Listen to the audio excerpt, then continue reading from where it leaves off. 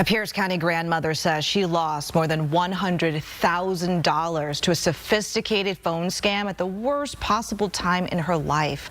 Charlotte Tripp's husband is in hospice care and may have only days or weeks to live.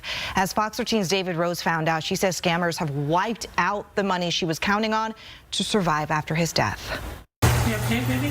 Charlotte Tripp should be focused on spending every possible moment with her husband of 17 years. He suffers from dementia and is now in hospice care at home after a rapid decline in his health. Basically, he can go any day now.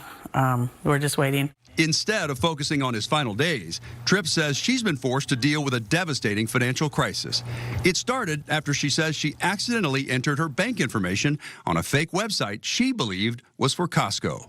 I put my debit card number in there, and it flashed a thing I've never seen before. It was like white and red, big letters that said failed.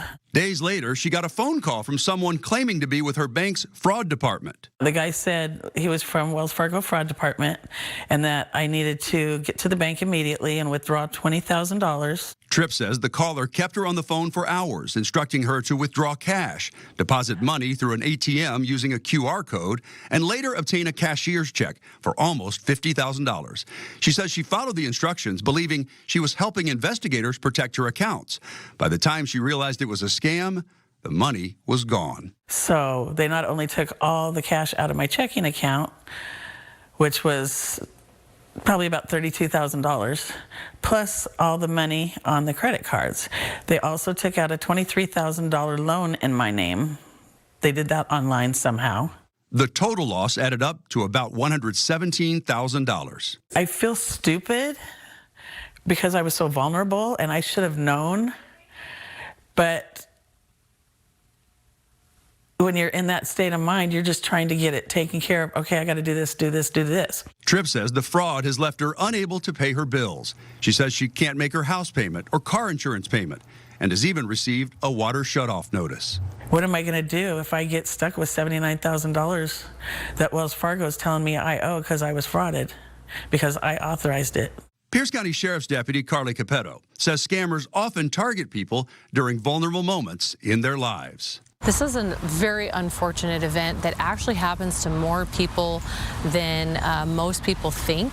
Capetto says one of the biggest warning signs is when a caller tries to isolate a victim. They'll tell you, don't go to a Wells Fargo teller because they're in on it too. Investigators say legitimate banks will never call and demand customers move money into a safe account. They urge people to hang up, call their bank directly using a known phone number, and talk to family members before taking action. If somebody is creating fear and urgency in you to move money or transfer money or to take money from you, it likely you should be asking yourself that could this be fraud? Tripp says she hopes others can learn from her experience. Just don't fall for somebody that says they're from someplace. Verify it. Call them back. Call the number that you find online. You know, verify that that person really works there before you do anything. As she prepares to say goodbye to her husband, Tripp says she's trying to hold on to hope that some of the money can be recovered. She started a GoFundMe page to help cover her expenses while the investigation continues. I've had days where I just sat down and just cried and cried and cried, you know, because I can't believe this is happening right now at this time of my life when my husband's getting ready to pass away. That story is so infuriating. That was David Rose reporting. Tripp says she has since obtained the account number where the money was deposited and has provided that information to investigators. She hopes it will help lead to an arrest or the recovery of some of the money that she lost.